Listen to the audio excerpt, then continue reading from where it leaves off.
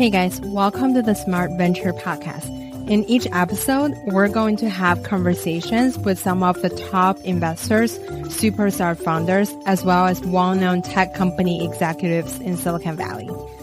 We'll have a coffee chat with them to learn their way of thinking and actionable tips on how they build or invest in a successful company. Before we start our show today, I want to make sure the listener, aka you, understand that everything a person say on the podcast only reflects hers or his own opinion, not the show or the company they work at. Today, our guest is a partner at Initialized Capital. Prior to venture capital, she worked as the VP of People and Culture at Reddit. She's passionate about building scalable, inclusive, institutional cultures. Before joining Reddit, she worked at Pixar as the Script Supervisor and Klout as the head of People and Culture. Her name is Katelin Holloway.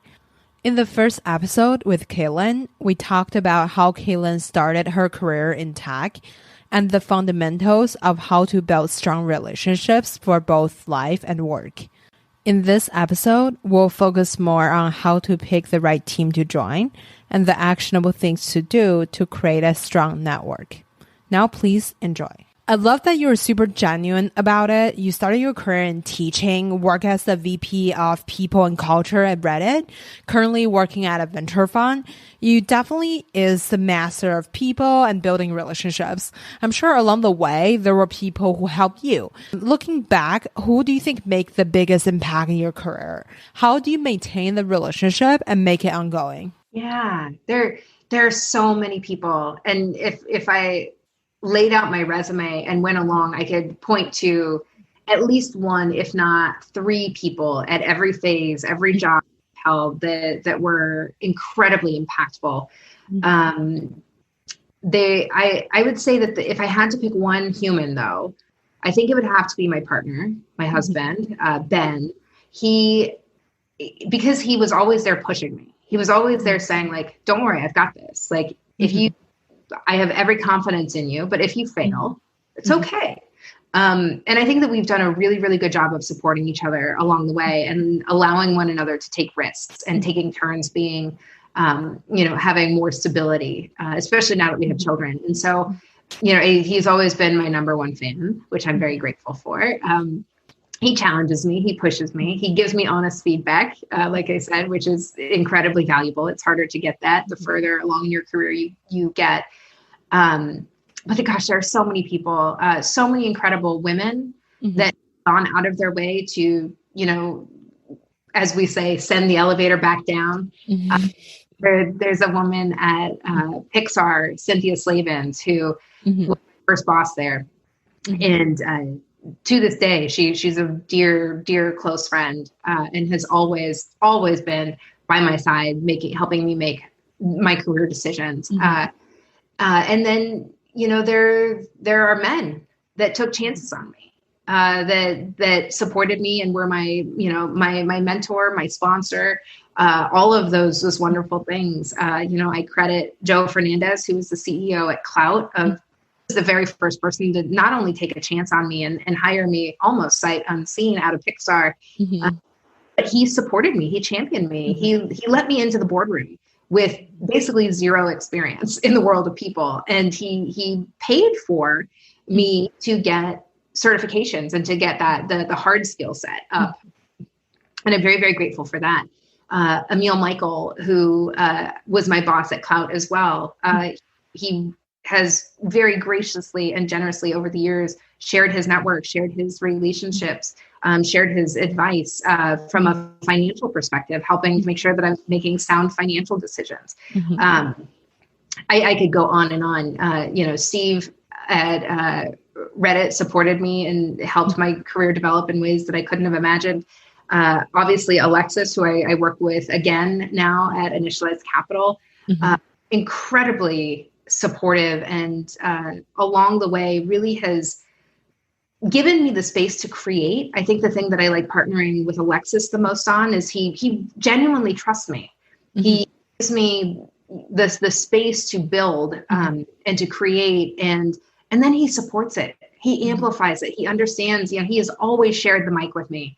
in a way that he didn't ever have to, but did. So, I mean, the list goes on and on. There are so many people that I admire and recognize that have helped build my career with me. You brought up a really good point. You mentioned that in Klout team or Reddit team, you're working with some of the most incredible people. They helped you successfully transition from one position to another, from working at a top tech company to joining a VC firm. You pick great people to work with. If someone wants to pick the next Reddit or Klout, how should they go about it? What would be the top 3 things you look for in terms of joining a successful team? Also, how do you land the position in the first place? From Pixar to Reddit, it seems it's really competitive to get in. How do you make yourself stand out? Another really good question.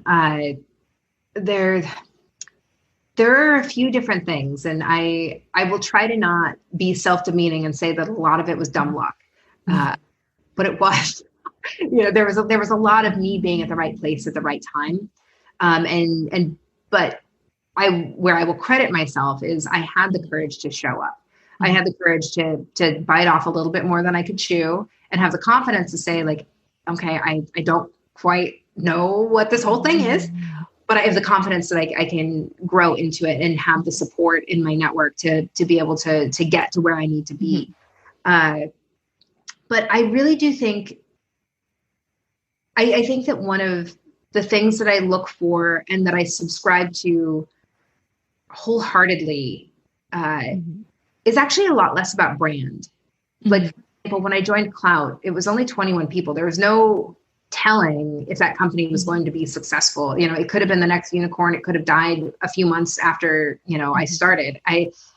It's hard to tell, but it always comes down to the people for me. So like I said, I care so much about people. I care very, very deeply.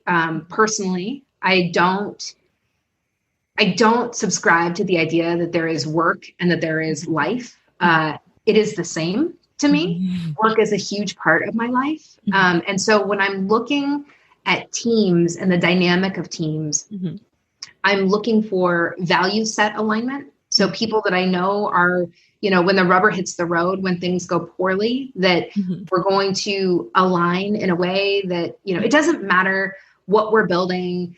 It doesn't even matter like how we choose to build it. It's the behaviors and the patterns of belief. It's the belief. And so something that I personally know I need, and this is not a rule for everyone, but what I've discovered in my career is that I need to work for a group of people that is subscribed to a mission. So having a mission and a vision that is beyond make money is something that's really, really important to me.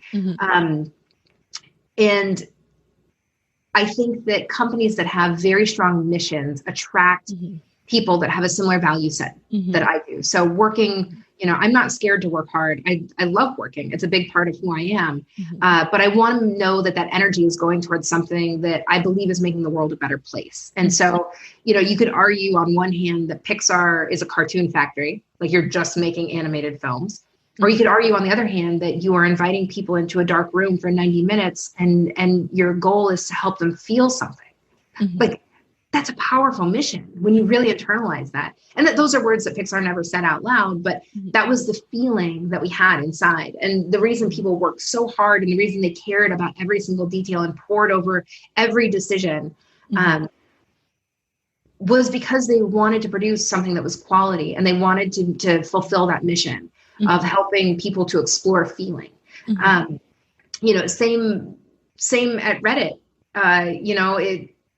as a product, as a site, it can be controversial, but at the end of the day, I know because of my own experience as a user on that site that there is so much goodness to be found. And Reddit has communities that quite literally save people's lives, from, Suicide Watch to Alcoholics Anonymous to weight loss to helping change views on, things that are so deeply embedded them from the way they grew up and their families, and they're seeking to change that perspective in their life to be able to develop and grow and be more accepting. Like it's a powerful, powerful thing to bring people together and to build community. And I think that the world of venture capital, I was drawn to Initialize for those same reasons, because I know that I have a value set alignment with Alexis and with Gary and what they're trying to build and how they're trying to build it. It's not about going to any venture capital fund because they all have a different mission and they all subscribe to different ways of doing things. And so for me, it really comes down to integrity, values, and the mission. In terms of demonstrating the companies have the qualities or the missions that you're looking for, what were some details or small things shows the qualities while you were interacting with the team? After you joined the team, what was the day-to-day like for you? And what's a day-to-day like at work before you move on to the next role?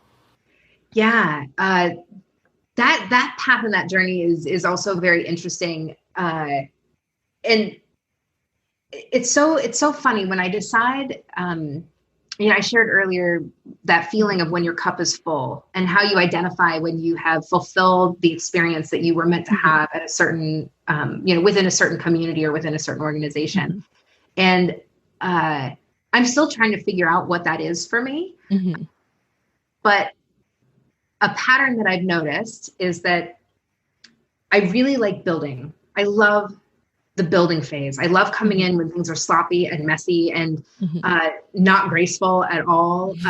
Whether that is, conflict internally, just like execution issues, personality conflicts. But when things are like really, really messy, I love coming in and creating calm and creating, from the chaos and creating process and frameworks that support and give clarity to where it is that we are supposed to go as a team. And in that, there's a lot of heart, right? Like that's a lot of heart work. Like technically on paper, it can be viewed, especially from the HR lens as like policy or, framework or practice, or you're going to bring in a tool. And yes, those things are true. But the reality is that I have found that I like to go into companies when they're in a bit of a state of chaos and I to create and build, but regardless of my role or my title, I think that I've always viewed my purpose or my role within a community, not even just at work, even like amongst a group of friends or my family, is to create clear paths, right? I just want people to be successful. Stop. I just want people to shine and be their best version of themselves and create and put into the world the goodness that I know that they're capable of doing and producing. And oftentimes what gets in the way for people is a lot of bullshit. I don't know if I'm allowed to say that. A lot of stuff and that don't matter. Like process, frameworks, a lack of a tool, like these efficiency models. And so for me, I have clarity around, okay, you tell me what you're great at. You tell me what your goal is. Great.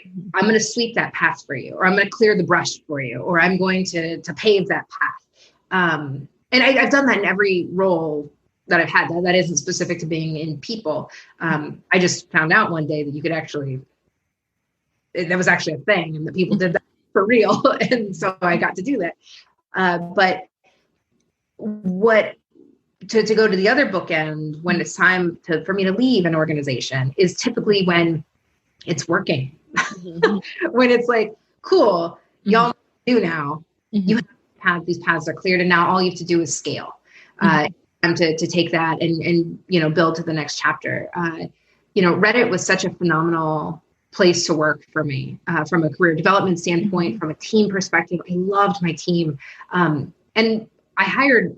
My team hired almost every single person that works there today. And it's like, I have a very deep respect and appreciation and a deep personal connection to what we built together. And everyone's like, but if you loved your job and it was great, why did you leave? And the answer is because it was working. They didn't need me. They didn't. I always think that I always put myself in the position of, if I'm doing my job really well, you won't need me anymore, because I will have taught you how to clear those paths and how to grow from here.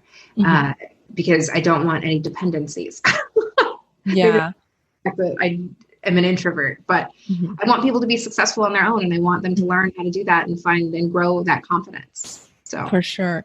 What do you see as a challenge when you first started working at a company, say Reddit, and how did you solve it?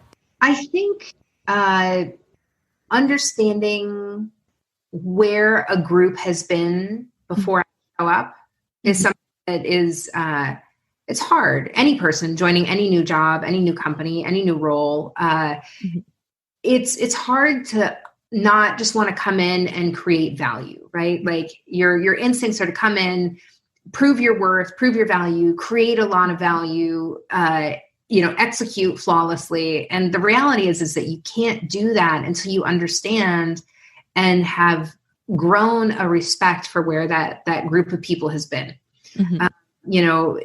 And that history, whether it was at Pixar, at Klout, at Reddit, or Initialized, sweeping up the last 15, almost 20 years of my career, every single one of those organizations existed before me. And they had their own unique set of challenges and dynamic and opportunities.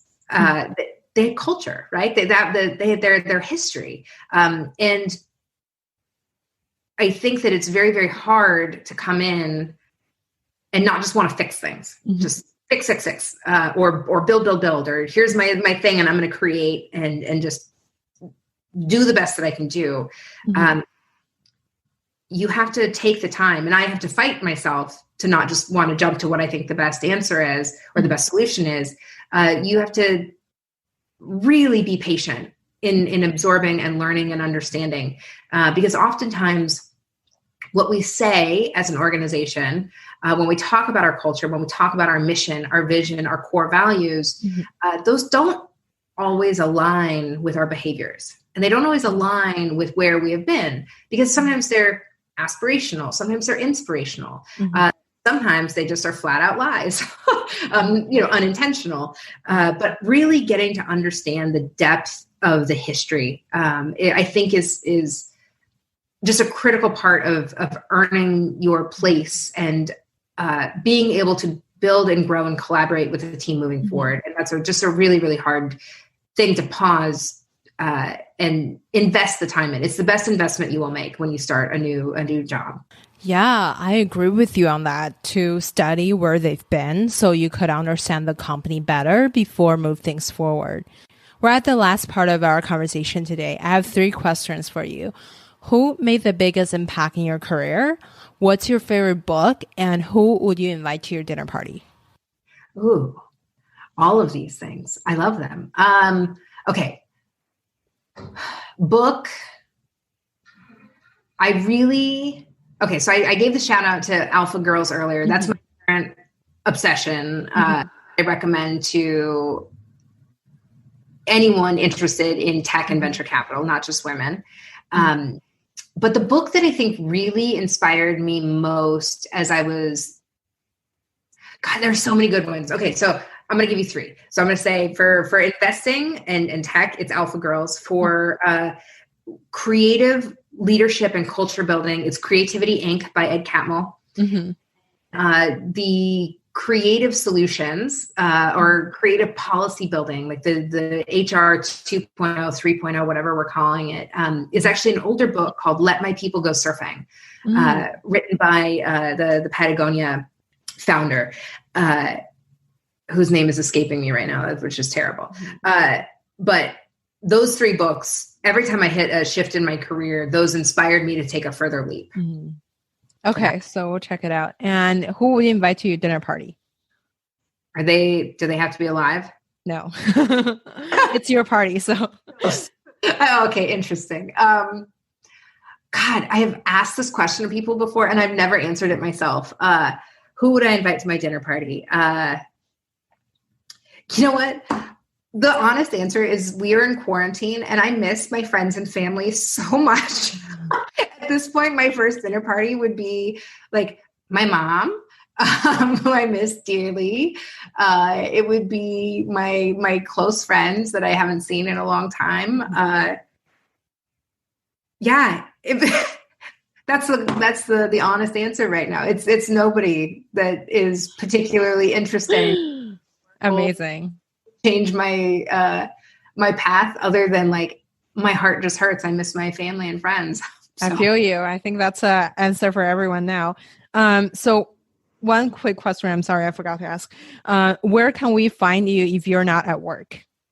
AKA, what's your hobby? Or like, where do you spend your free time? Well, I was going to say, interesting time to ask that question, but it's with my kids. Nice. I have a 2-year-old and a 5-year-old, and they don't give a lot of space to have additional hobbies, and I'm totally 100% okay with that. So yeah, it's probably going to be playing with my kids. Yeah. Nice. I love that. Well, thank you so much for coming on to the show, Katelin. No, thank you so much for having me, Grace. I'm so glad that we had a chance to chat. I really appreciate you putting your podcast out there and helping people find and realize their dreams. This is amazing. So thank you. All right, that's all we have for today. Thank you so much for listening to this episode of Smart Venture Podcast. If you like it, please leave us a quick review and hit subscribe so you don't miss any tips from the experts. If you want to receive our updates, please leave your email at smartventurepod.com. If you want to connect with me, all my socials are at Grace Gong GG.